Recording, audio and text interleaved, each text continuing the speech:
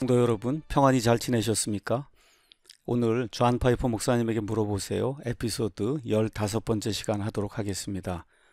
오늘 제목은 설교하면서 목사들이 범하는 6가지 공통적인 실수, 이렇게 이제 잡았습니다. 존 파이퍼 목사님의 오리지널 에피소드 번호는 1114번이고 이 에피소드는 2017년 11월 1일에 방영이 되었습니다.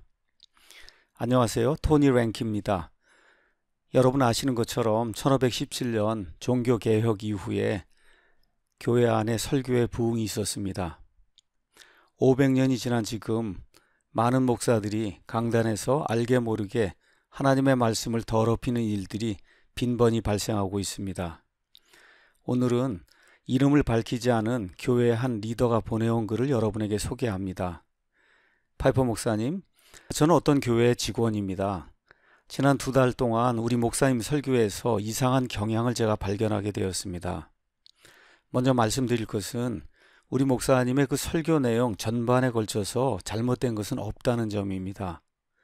목사님 설교를 하시면서 성경에 압도적으로 많이 나오는 그런 주제들을 가지고 그 안에서 요점들을 말씀하십니다. 분명히 우리 목사님은 진리를 말씀하십니다. 그런데 그런 요점들은 그분이 설교 시작 전에 읽은 본문에서 나온 것들이 아닙니다. 목사님, 이것이 문제입니까? 문제라고 하면 무엇이 문제인가요?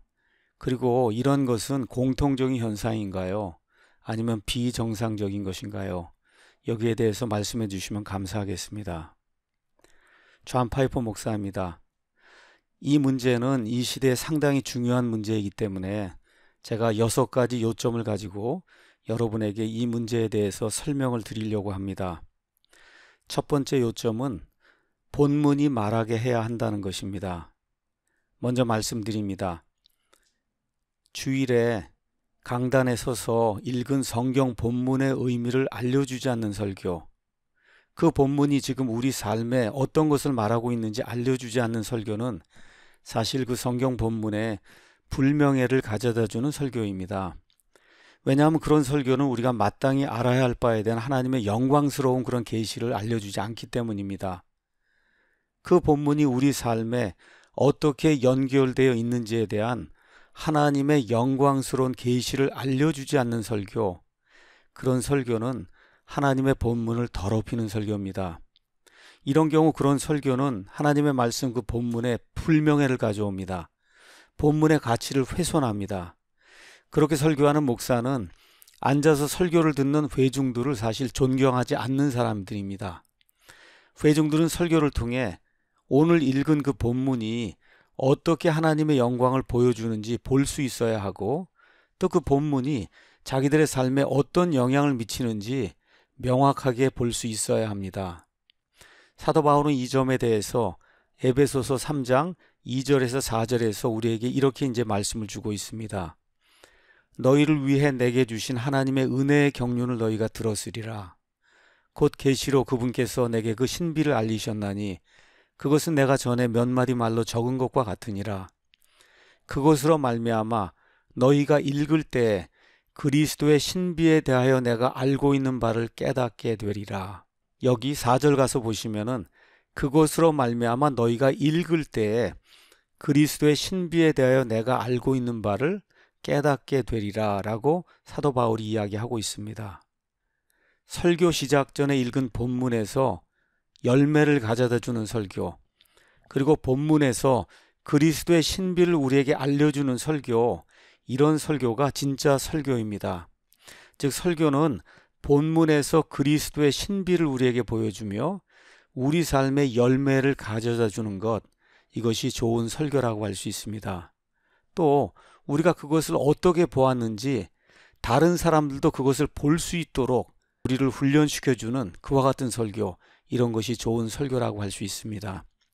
두 번째 제가 말씀드릴 포인트는 목사가 이런 식으로 설교한다고 하는 것은 그가 영적으로 건강하지 않다는 것을 보여주는 것입니다. 성경 본문에서 자기들이 본 것에 대해 강의하는 것을 기뻐하지 않는 설교자들은 다음에 3가지를 드러내서 보여주고 있습니다. 첫 번째, 귀중한 진리를 보려고 시간을 들여 노력하지 않았기 때문에 이 사람은 게으른 사람이다. 두 번째, 그것을 볼 능력이 없기 때문에 이 설교자는 감각이 무딘 사람이다. 세 번째, 그것을 보고도 그것에 대해 어떤 특별함을 느끼지 못하였기 때문에 이 사람은 영적인 감각이 없는 사람이다. 자, 그런데 왜 이런 사람들이 강단에 서서 그 본문에 대해 설교해야 합니까? 그들은 본인들이 특별하다고 느끼지 않은 것들을 가지고 설교하려 하는 것입니다. 그런데 이렇게 설교하는 것은 결코 창의적인 생각이 아닙니다. 세 번째, 우리가 이제 봐야 될 점은 누구에게 권위가 있는가 하는 것입니다. 본문에 명백하게 뿌리를 둔 요점들이 아니라 단지 본문 근처만을 맴도는 요점들에 의거하여 설교하는 것은 그 본문의 권위를 심히 떨어뜨리는 일입니다. 그 결과 그 메시지의 권위 역시 떨어지게 됩니다. 제가 여기서 말씀드리는 본문에 명백하게 뿌리를 둔이라는 말, 이 말이 대단히 중요한 말입니다. 목사가 소유한 유일한 권위는 하나님의 말씀을 신실하게 전달하는 데서 나옵니다. 그것은 결코 목사 자신에게서 나오는 것이 아닙니다. 이것은 대단히 중요한 말입니다. 먼저 이것을 보겠습니다. 회중들이 설교 시간에 목사가 제시하는 그런 요점들을 보면서 도대체 그 요점들이 본문 어디에서 나오는지 알 수가 없어서 어려움을 많이 느끼면 느낄수록 그 설교자가 말하는 것을 믿으려 하지 않을 것입니다. 그 이유는 최종적인 권위가 말씀에 있기 때문입니다. 본문을 읽고 목사가 설교하는 것이 본문과 같지 않음을 회중들이 보면 볼수록 그 설교를 믿을 근거를 잃게 됩니다. 또한 이런 상황은 악화될 수도 있습니다. 목사는 본문이 아니라 자기를 권위로 내세울 수 있고 자기의 능력을 확장할 수 있습니다. 목사가 모든 사람이 볼 수 있는 성경 말씀에서 떠나 아무도 질문을 제기할 수 없는 본인에게로 권위를 돌려버리면 아무도 여기에 대해 의문을 제기할 수 없습니다. 이렇게 되면 사실 이것은 건강하지 않은 일입니다. 저는 많은 목사들이 다음과 같이 말하는 것을 보고 싶습니다. 목사, 나는 결정권자가 아닙니다. 최종 권위가 아닙니다. 나보다 더 명확하게 이 본문 말씀을 볼 수 있는 그런 사람이 있으면 언제라도 저를 고쳐주셔도 됩니다. 네 번째, 목사가 이런 식으로 설교를 하게 되면 성도들이 교리의 바람에 이리저리 떠밀려 다니게 됩니다. 본문에 명백하게 들어있지 않은 요점들로 설교하는 목사들은 앞으로 닥칠 위험한 시대에 자기 성도들이 성경적 측면에서, 교리적 측면에서 부패한 것들을 그냥 마구잡이로 취하도록 예비하고 있는 것입니다. 회중이 성경적으로 또 교리적으로 옳고 그른 것을 판단해야 할 때 자기들이 명백하게 성경에서 보는 요점들이 아니라 목사가 설교한 것에 따라 판단하기 시작하면 앞으로 우리 시대에 불어닥칠 교리의 바람에 다 나가 떨어지고 말 것입니다. 에베소서 4장 14절은 목사의 필요성에 대해서 이야기하며 이렇게 말씀하고 있습니다. 이것은 우리가 이제부터 더 이상 아이가 되지 아니하여 목사의 설교와 성경 강해를 통해서 우리의 믿음이 성숙해지면은 우리가 이제부터 더 이상 아이가 되지 아니하고 사람들의 속임수와 몰래 숨어서 속이려 하는 자들이 사용하는 간교한 술수로 말미암아 교리의 모든 바람에 이리저리 흔들려 밀려다니지 아니하는 사람들이 된다고 성경이 우리에게 이야기하고 있습니다. 제가 다섯 번째로 말씀드릴 포인트는 사실 네 번째 포인트와 비슷합니다.